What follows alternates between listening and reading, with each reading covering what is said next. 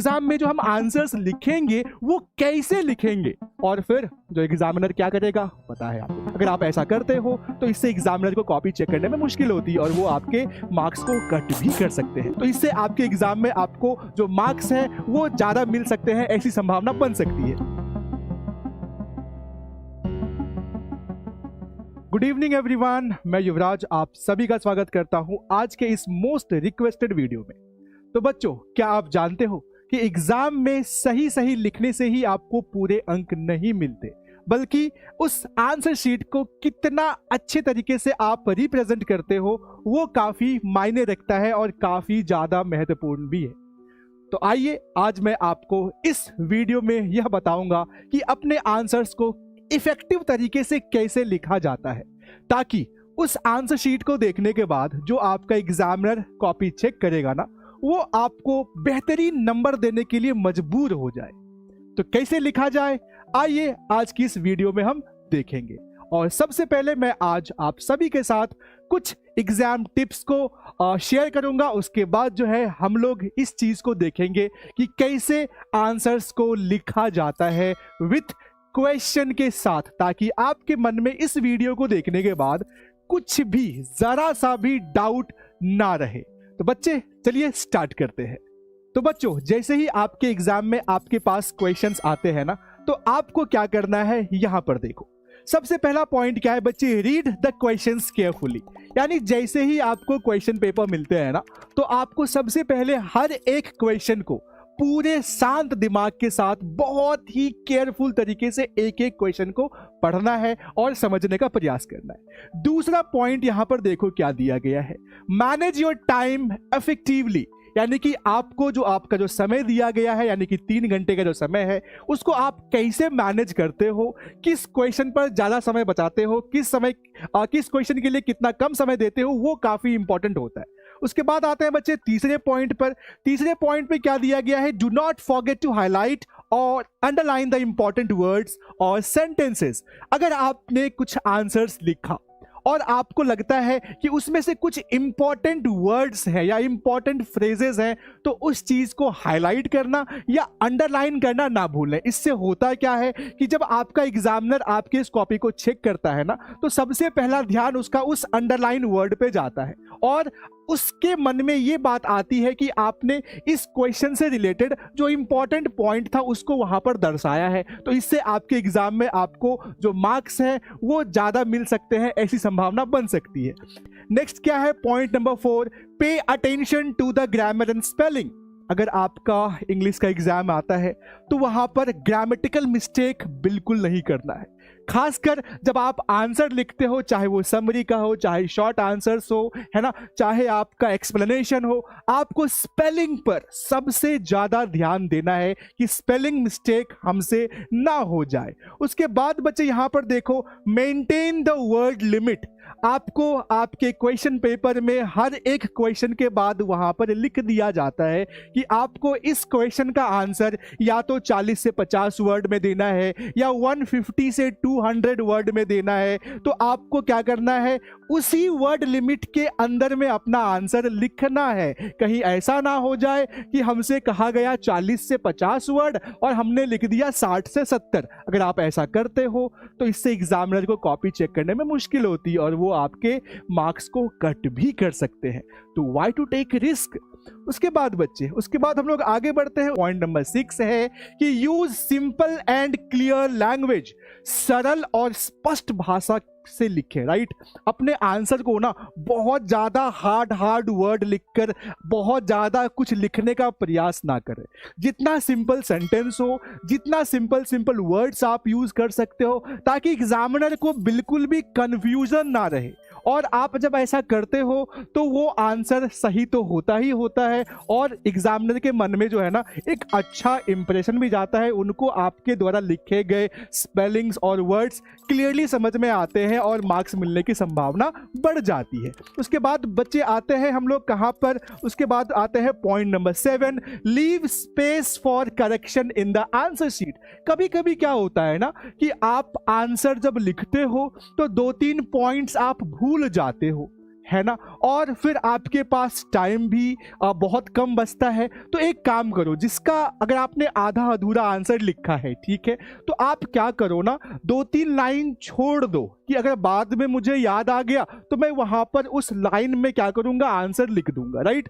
अगर आप ऐसा करोगे ना तो आपके पास क्या बनेगा, स्पेस भी बच जाएगा और आप बाद में आकर वापस से उसका आंसर याद करके लिख भी सकते हो, राइट। अगर आप स्पेस नहीं छोड़ोगे ना तो आपके लिए मुश्किल हो जाएगी, फिर आपको वो आंसर वहां से कट करना पड़ेगा, फिर दूसरे तीसरे पेज में ले जाकर लिखना पड़ेगा, जिससे एग्जामिनर को, है ना, बार बार पेज अलटना पलटना पड़ता है ना, तो इससे वो फ्रस्ट्रेट हो जाएगा, मार्क्स कट। तो उसको जितना खुश रखो, जितना साफ सुथरा अपना आंसर शीट रखोगे ना, उतनी मार्क्स आपको ज्यादा मिलने वाली है। पॉइंट नंबर 8 में क्या है बच्चे, stay calm and focused during the exam. Exam के समय में ना आपको पूरा ध्यान को केंद्रित करके, यानी फुल फोकस के साथ और शांत रहकर क्या करना है, एग्जाम्स में आंसर लिखने हैं, राइट। अगर पॉसिबल हो तो 2-3 मिनट के लिए आंखें बंद कर लो, गहरी सांसें लो। इससे क्या होता है, आपका ब्लड फ्लो तेज होता है और आपका दिमाग तुरंत क्या होता है, फोकस्ड हो जाता है। अगर आपके दिमाग में कई सारी चीजें चलेंगी ना तो आंसर्स में क्या होंगे, वर्ड्स गलती होगा, सेंटेंस गलती होगा, फिर कट्टम कुट्टी करोगे, फिर आंसर बहुत खराब दिखेगा और फिर जो एग्जामिनर क्या करेगा पता है आपको, बिल्कुल आपने सही कहा, मार्क्स कट करेगा। और लास्ट सबसे इंपॉर्टेंट पॉइंट है, do not forget to revise. आपको रिवाइज करना है ना। आपने जब पूरा आंसर लिख लिया, कोशिश करना है कि आधे घंटे पहले हमारा आंसर शीट जो है, हम जो क्वेश्चन का आंसर दे रहे हैं वो खत्म हो जाए, ताकि जो बचा हुआ आधा घंटा है ना वो हम बचा के रख सके, एक एक क्वेश्चन को फिर से पढ़ने के लिए, रिवाइज करने के लिए, कि कहीं हमसे कोई चीज छूट तो नहीं गया, कोई वर्ड में मिस्टेक तो नहीं हो गया, तो आराम से हम उस क्वेश्चन को या उस छूटे हुए वर्ड को सही कर सकते हैं और मार्क्स बढ़ा सकते हैं। तो बच्चे ये तो था एग्जाम से रिलेटेड कुछ जनरल टिप्स जो आपको फॉलो करना ही चाहिए। लेकिन क्या आज हम इसी टॉपिक पर वीडियो बनाने वाले थे? बिल्कुल नहीं।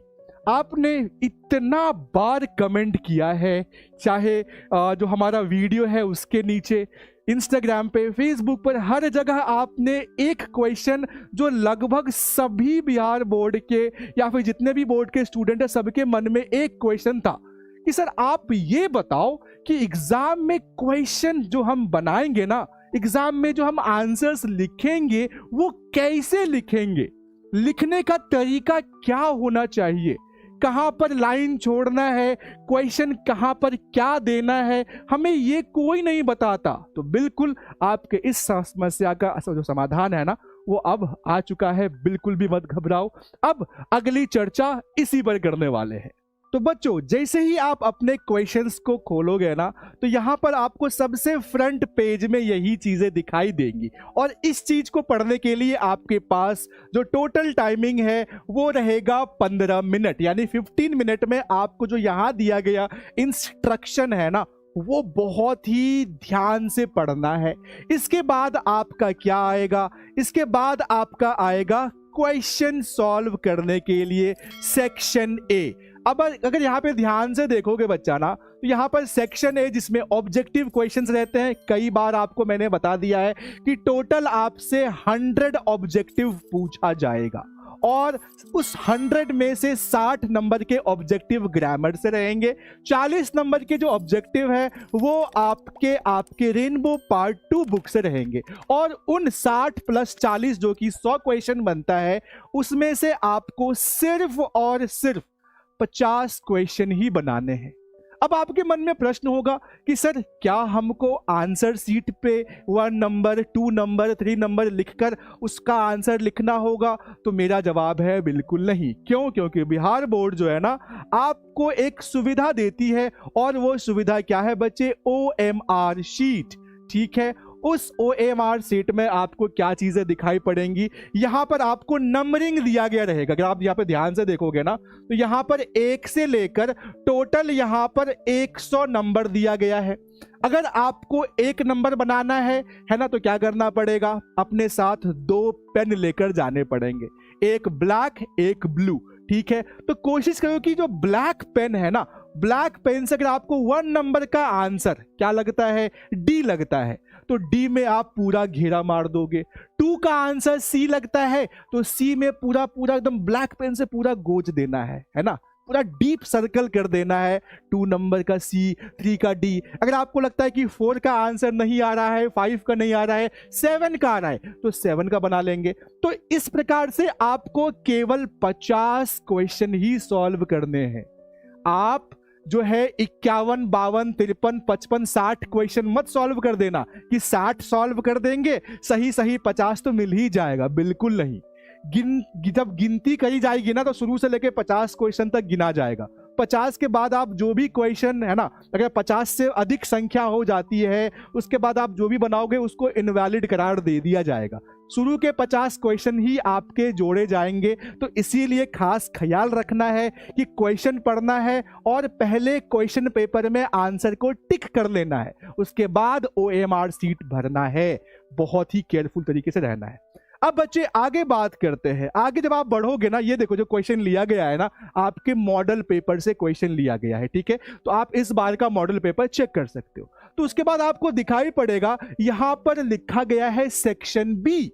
ए नंबर में तो आपका ऑब्जेक्टिव आ गया, सेक्शन बी की बात करी जाए तो सेक्शन बी में आपको यहां पर पहला क्वेश्चन नंबर 1 में दिया गया है राइट एन एसे, है ना। मैं जूम किए देता हूं ताकि आप जो है आराम से इस क्वेश्चन को पढ़ पाओ। राइट, मैं जूम कर देता हूं, है ना।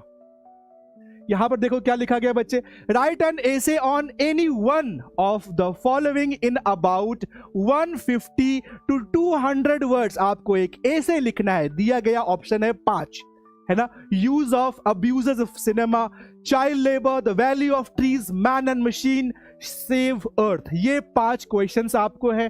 5 में से एक का आंसर देना है। कितने वर्ड में? 150 से लेकर 200 वर्ड में। तो अब यहां पर आपका कंफ्यूजन स्टार्ट होता है कि सर हम लिखें कैसे। हमको ऐसे आता है, हम सर जानते हैं कि जो चाइल्ड लेबर है वो तो आपने हमें इंपॉर्टेंट ऐसे के रूप में करवा दिया है, तो चाइल्ड लेबर पर हमको ऐसे आता है, लेकिन कैसे लिखा जाए तो यहां पर ध्यान दो।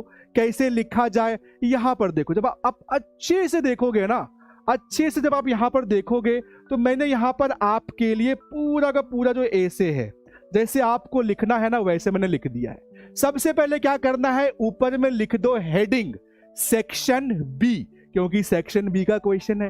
उसके बाद आपका क्वेश्चन नंबर 1 है ना, और 1 के बी नंबर वाले ऑप्शन में जब आप यहां पर देखोगे ना, तो 1 का जो बी नंबर है, 1 का बी नंबर में क्या आता है, चाइल्ड लेबर। तो सबसे पहले हम ऊपर में क्या लिख देंगे बच्चा, ऊपर में हम क्या लिख देंगे यहां पर, क्वेश्चन नंबर 1 का बी। उसके बाद बीच में आपको उस एसे का टाइटल जो होता है चाइल्ड लेबर, वो लिख देना है।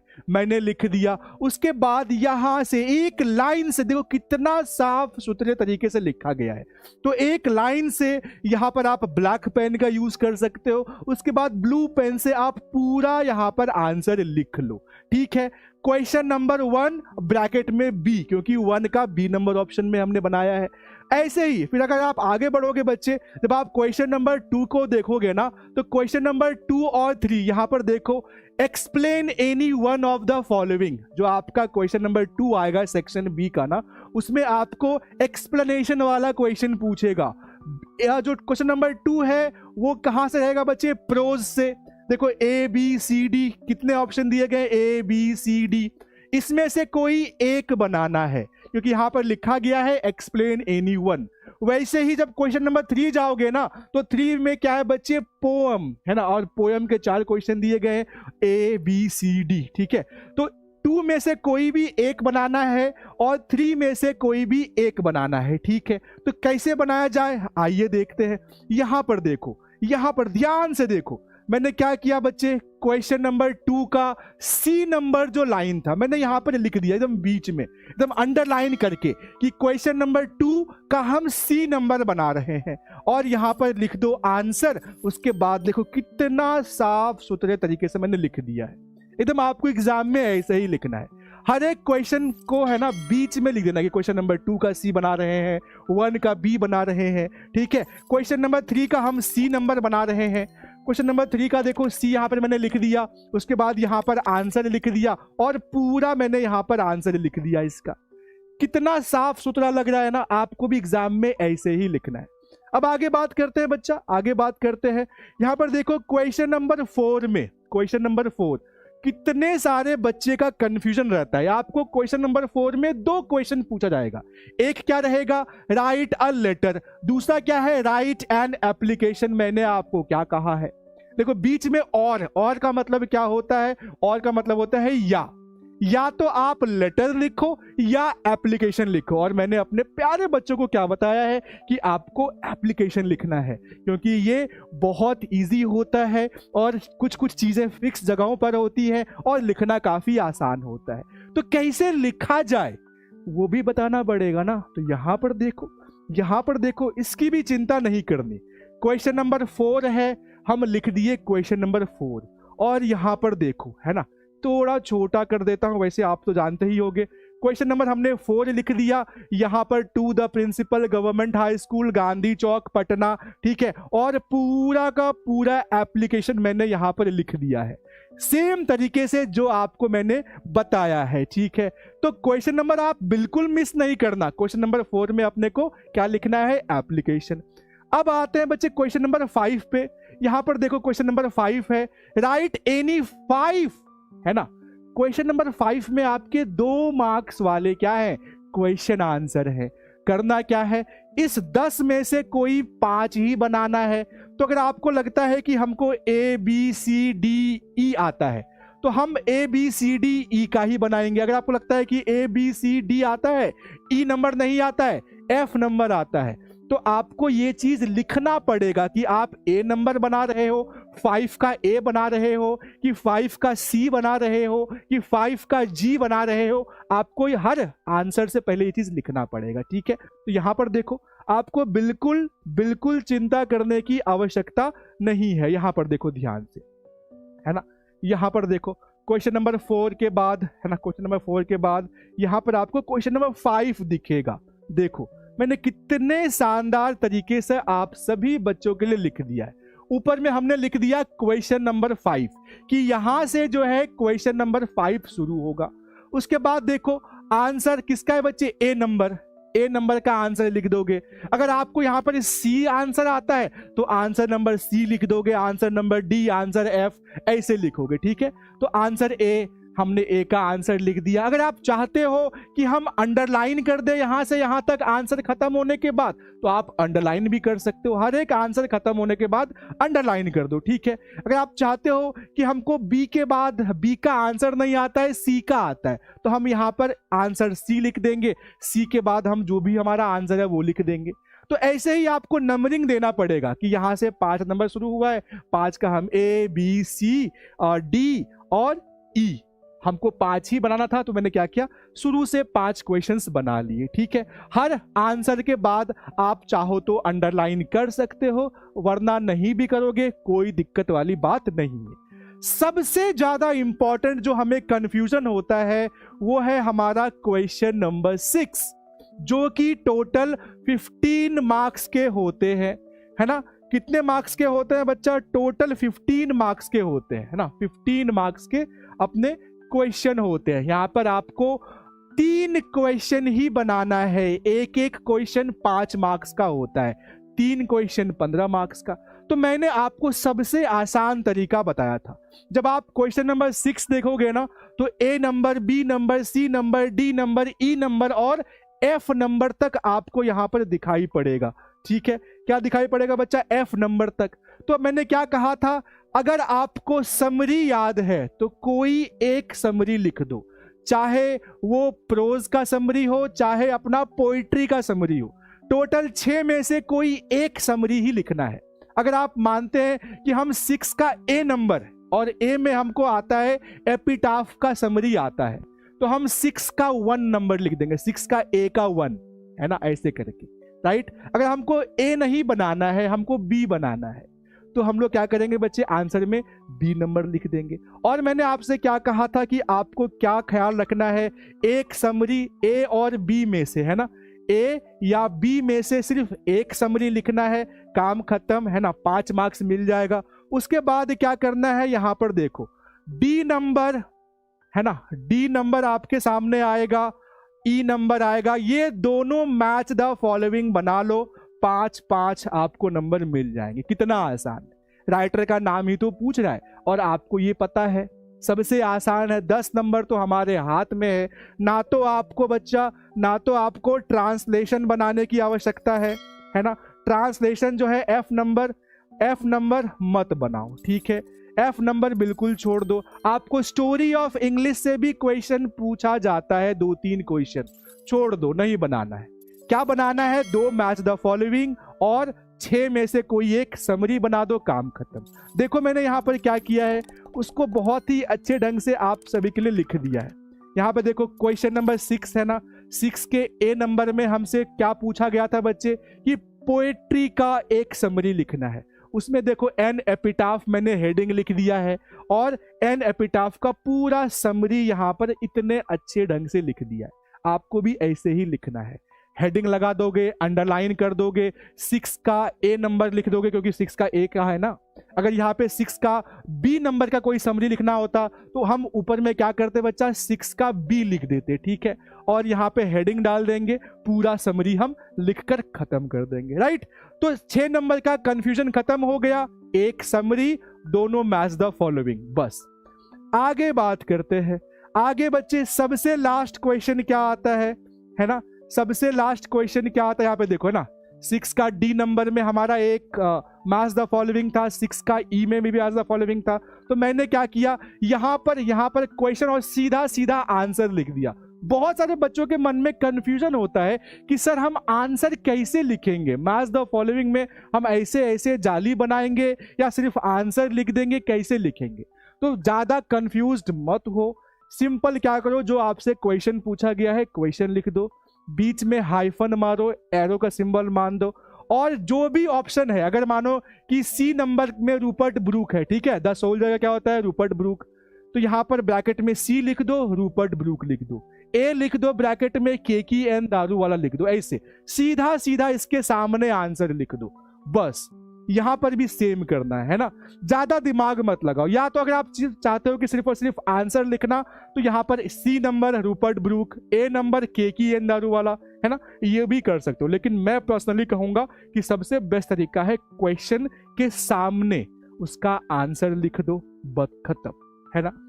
अब यहां पर बात करते हैं क्वेश्चन नंबर 7 की ओर, है ना। 7 में आपसे कहा जाता है पैसेज लिखने के लिए, है ना, पैसेज, और आपको 2 ऑप्शन दिया गया रहेगा, या तो पैसेज लिखो या प्रेसी राइटिंग लिखो, प्रेसी को छोड़ दो, पैसेज पर फोकस करो। यहाँ पर पैसेज में 4 क्वेश्चन आपसे पूछे जाएंगे। पैसेज बहुत आसान होता है, मैंने आपको 2-2 बारी पैसेज लिखना सिखाया है ना, और आंसर कैसे ढूंढते हैं ये भी बताया है।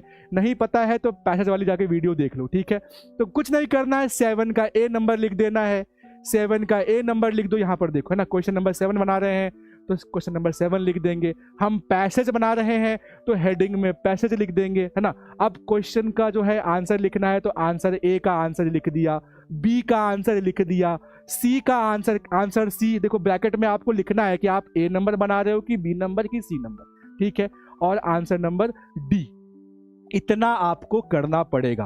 अब आपको कोई कंफ्यूजन नहीं रहेगा। कुछ चीजें और हैं जो बच्चे करते हैं, और वो बच्चे करते हैं जो बिल्कुल पढ़ के नहीं जाते। अगर आप ऐसी गलती करोगे ना तो आपको भारी नुकसान झेलना पड़ सकता है। और वो गलती क्या है, वो गलती क्या है, ये चीज करना, है ना। कुछ नहीं आता है, बच्चे क्या करेंगे, एग्जाम में चीजें लिख देंगे, सर मेरी मम्मी बीमार थी, एक्सीडेंट हो गया था, हम पढ़ नहीं पाए सर, इसीलिए प्लीज हमको एग्जाम में पास कर दीजिए। बहुत लोग ऐसी गलती करते हैं एग्जाम में, है ना, इमोशनली बेवकूफ बनाने की कोशिश करते हैं। लेकिन आपका जो है ना क्वेश्चन जो चेक कर रहा है ना, वो बेवकूफ नहीं होता है। कई सारे बच्चे जो मेधावी छात्र होते हैं ना, वो क्या करेंगे, रुपए चिपका देते हैं, है ना, कि सर ये कुछ पैसे ले लीजिए, हमको प्लीज पास कर दीजिए। अगर आप ऐसी गलती अगर जान के भी कर रहे हो ना तो बिल्कुल भी मत करना एग्जाम में, है ना। पैसा तो ले ही लेगा वो, मार्क्स बिल्कुल नहीं देगा। तो आप जितना ज्यादा मेहनत करके पढ़ाई करो ना, ये शॉर्टकट तरीका बिल्कुल मत अपनाना, है ना। बस मेहनत करो, एग्जाम में अच्छे मार्क्स मिलेंगे। और जिस तरीके से मैंने आपको एक एक चीज बताया ना, आप वैसे ही एग्जाम में कॉपी लिखो, 100% मार्क्स आपको मिलेगा, ये मेरी गारंटी है ना। तो आई होप आपने इस वीडियो के माध्यम से सब कुछ डिटेल में समझ लिया।